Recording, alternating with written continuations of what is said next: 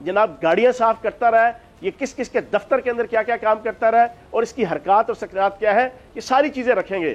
اس جیسے بد کردار آدمی کو کہ جس نے امپورٹڈ حکومت اور انجمن غلامان امریکہ کا ایک ٹاؤٹ ہونے کے حوالے سے اپنا کردار ادا کیا, اس کی باتوں کے اوپر یقین کریں گے.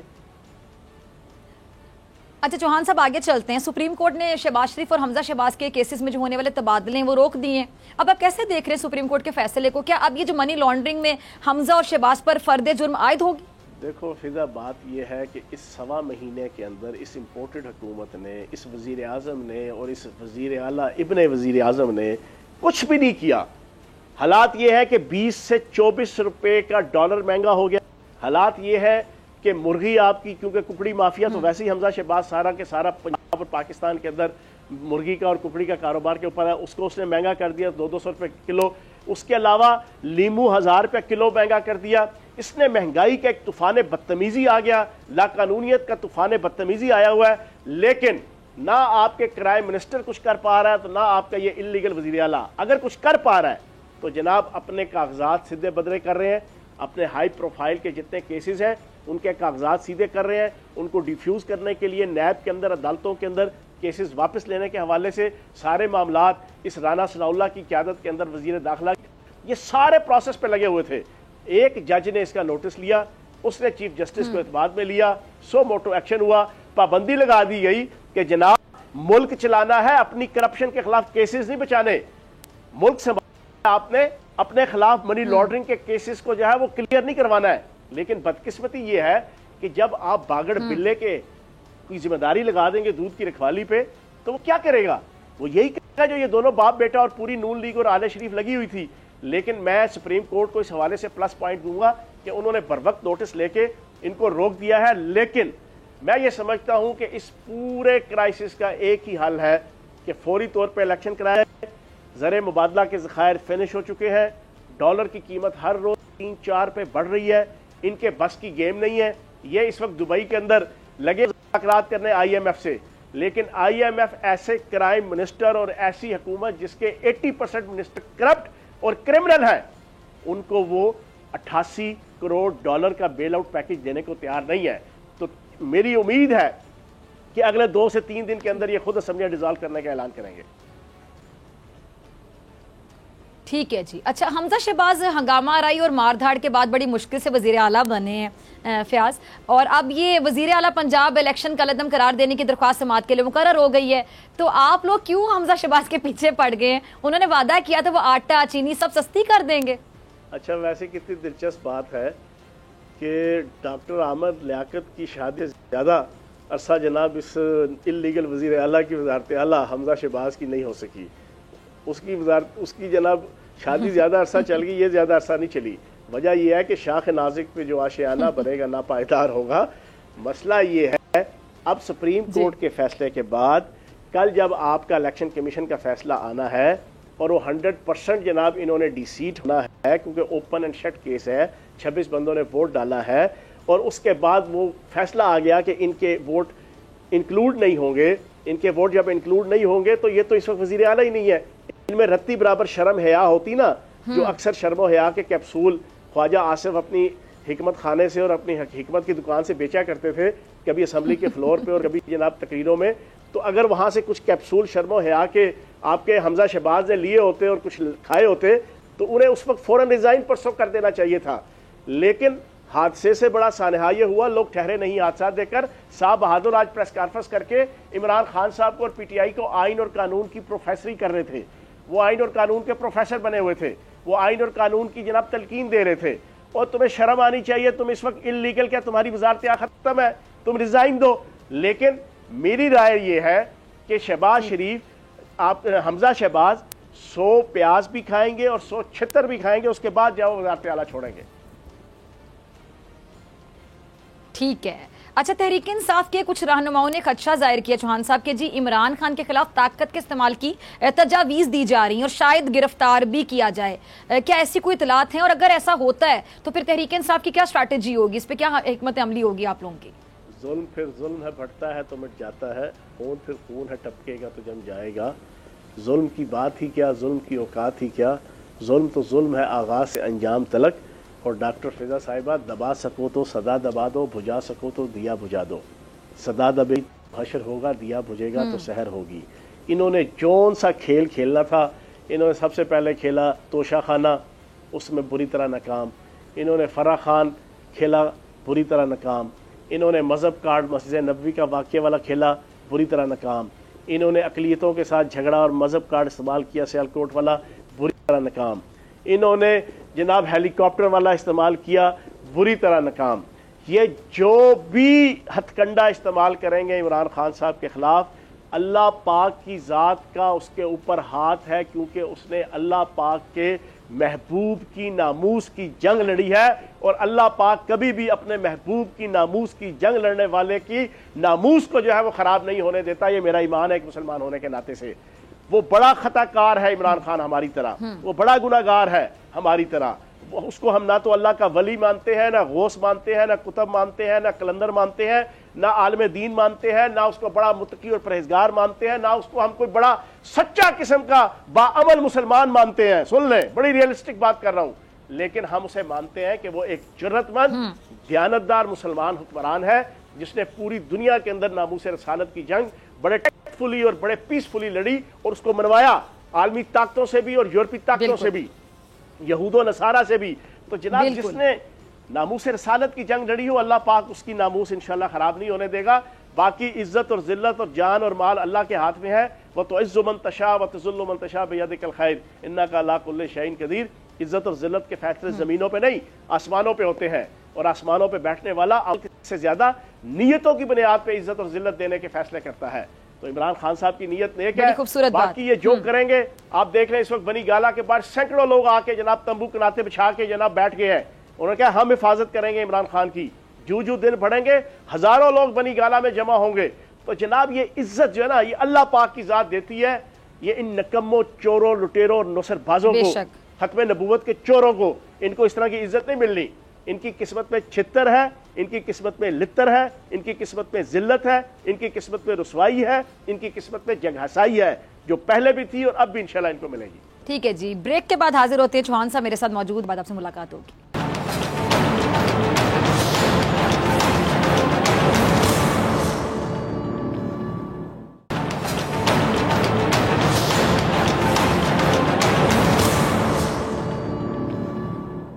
ویلکم بیک ناظرین. فیاض الحسن چوہان صاحب میرے ساتھ موجود ہیں. چوہان صاحب بہت شکریہ وقت دینے کے لیے. ہم سیگمنٹ کو کنٹینیو کرتے ہیں. جی, زرداری صاحب اور نواز کی جو دوستی ہے اس کو دیکھتے ہوئے لگتا ہے کہ جو نئے الیکشن میں شاید تحریک انصاف کے خلاف نواز لیگ اور پیپلز پارٹی مل کر بھی پنجاب میں الیکشن لڑ سکتی ہے. تو آپ لوگ تیار ہیں؟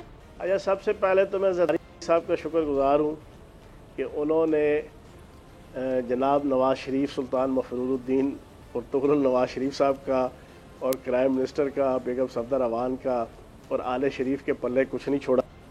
پھر میں مولوی فضل الرحمان صاحب کا شکر گزار ہوں کہ انہوں نے زرداری صاحب اور نواز شریف صاحب, پیپلز پارٹی اور نون لیگ کے پلے کچھ نہیں چھوڑا.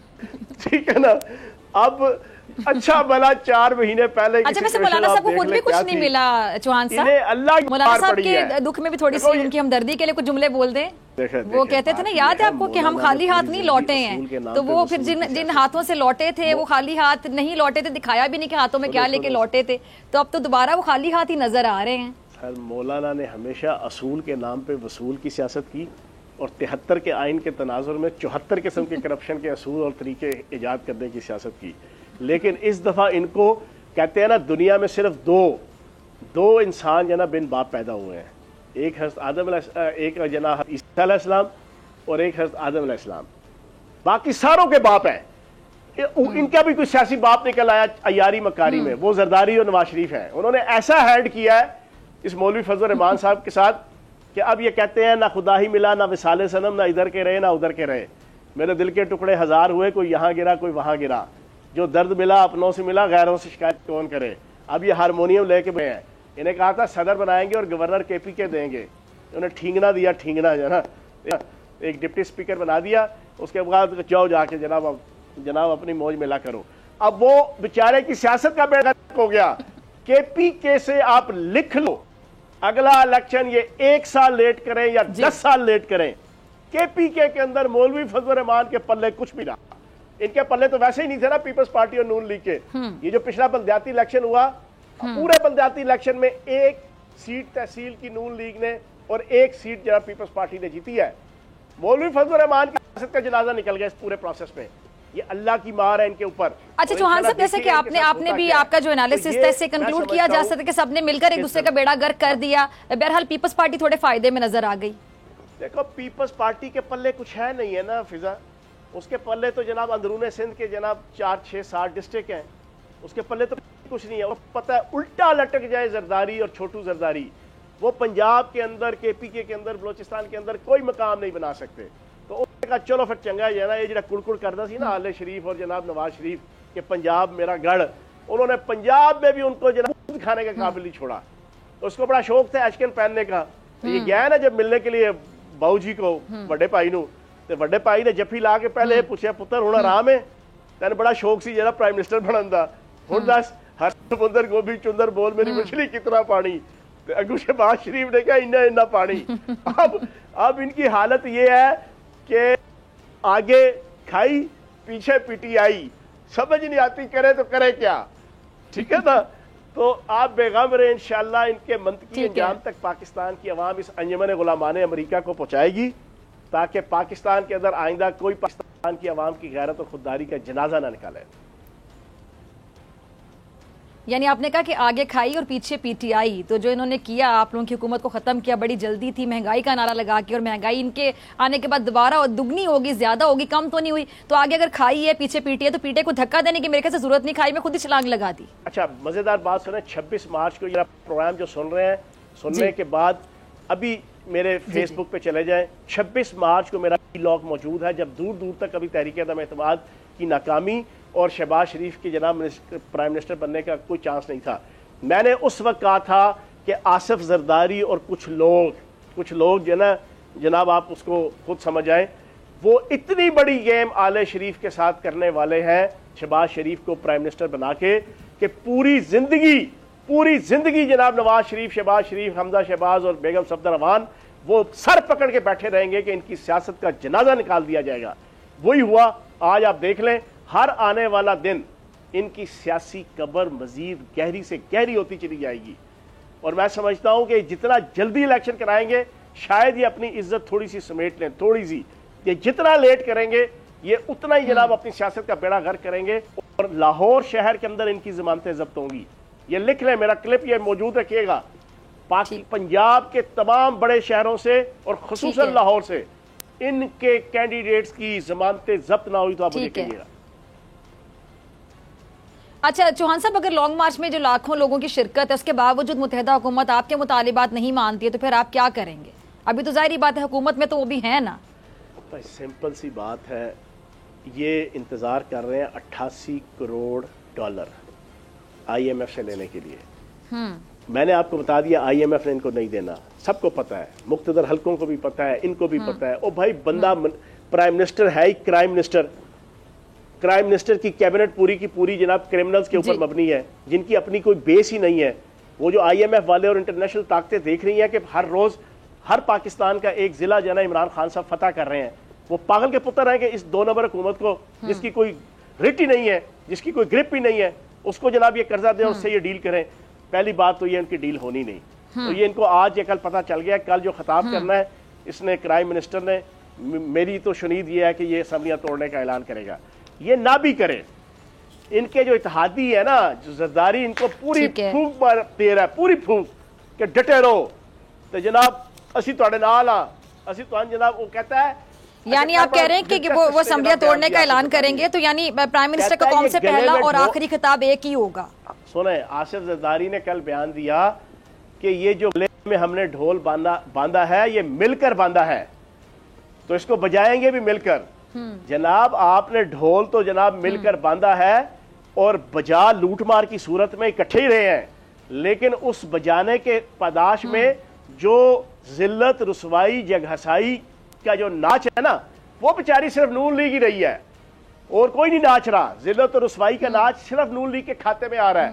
تو میں یہ سمجھتا ہوں کہ انہوں نے 6 سے 7 دن زیادہ کرنے ہیں, جس میں ای وی ایم ختم کرنی ہے, ای وی ایم مشین کا قانون, اس میں اوورسیز ہاں اس میں انہوں نے اوورسیز پاکستانیز کا ووٹ کا قانون ختم کرنا ہے. تیسرا انہوں نے نیب کے قوانین میں تبدیلی لانی ہے ہفتے کے اندر اندر, اور انہوں نے اسمبلیاں توڑنی ہے, اور جناب انہوں نے آ جانا ہے کیونکہ ان کے پاس اور کوئی چارہ کار نہیں ہے. ٹھیک ہے جی چوہان صاحب, بہت شکریہ آپ کے وقت کے لیے. اور ناظرین اسی کے ساتھ ڈاکٹر خان کو دیجیے اجازت. آپ سے ملاقات ہوگی انشاءاللہ کل سیم ٹائم سیم چینل. اگر زندگی نے وفا کی دعاؤں میں یاد رکھیے گا, اپنا بہت خیال رکھیے گا. اللہ نگہبان.